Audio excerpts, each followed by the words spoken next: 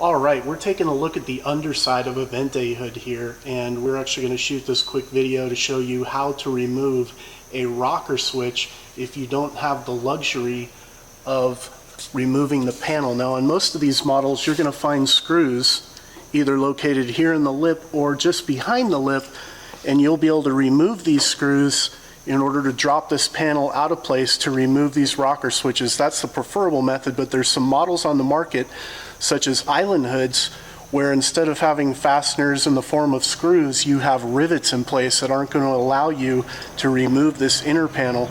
So today this short video is just going to be dedicated to removing this switch without the luxury of removing the panel. So to get started, we're going to use simple gaffer's tape, because this type of blue tape, it won't have any negative effects or residue that'll be left on the stainless steel.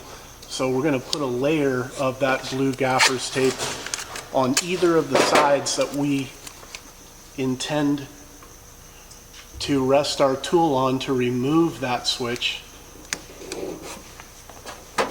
And now actually we're just going in with a simple knife, although you can also use very small flat blade screwdrivers to pry this switch out. You're going to find that there's plastic expandable clips behind this switch that's spread out behind the control panel to hold that switch in place. And it can be a little bit tricky, but you just need to make sure that you're pushing in on those collapsible panels. I might also mention that you want to make sure that the power is off to the hood before doing any repairs, whether that be from a plug in the cabinet above the hood, or if you have to locate your breaker panel on the side of your house, make sure the power is turned off. So as you can see, we've got the switch now removed, and what we're going to do is we're going to use very small orange wire nuts that can fit inside of that switch hole, so we know that we're not going to have an issue getting those small wire nuts to feed back through that small hole. So here you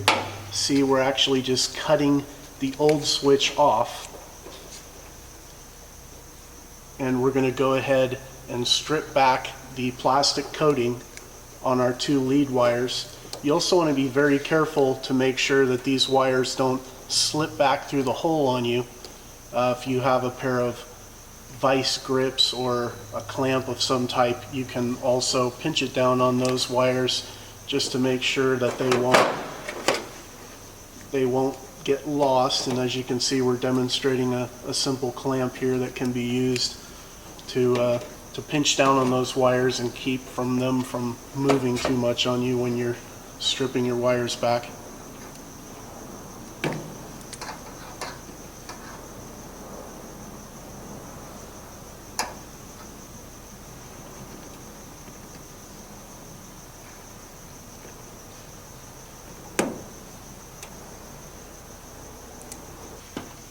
Okay, now you see we have our replacement switch here. We're going to use the orange wire nut because they will clamp down on these two wires perfectly, and it's small enough to fit through our switch hole.